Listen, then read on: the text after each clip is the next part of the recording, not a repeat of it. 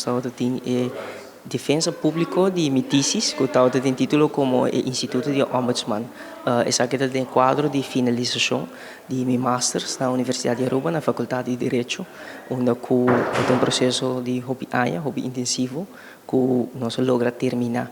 E para mim é um honor e um prazer de poder defender isso aqui diante da comunidade de minha família, meus amigos, e todos que sostenem toda a área para o meu estudo, para a inversão como assim de mim mês.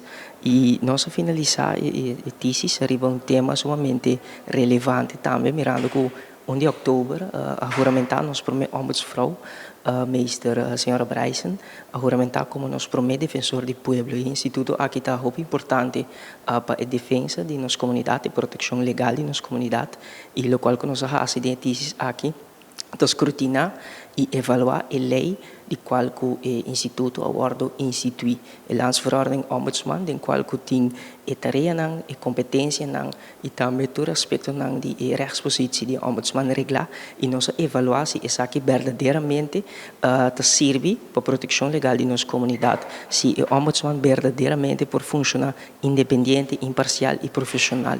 E nós chegamos à conclusão que nós temos bom base legal para o Instituto aqui, mas sim nós conseguimos fortificar. E no quadro aqui nós temos diferentes propostas para fortificar nossa base legal do Instituto de Ombudsman para garantir que isso aqui realmente porta efetivo no momento que tem que actuar contra a mal conduta do governo. Sobre o Ombudsman do Instituto na defesa da democracia, de nós gênero, mas também de direito de Estado.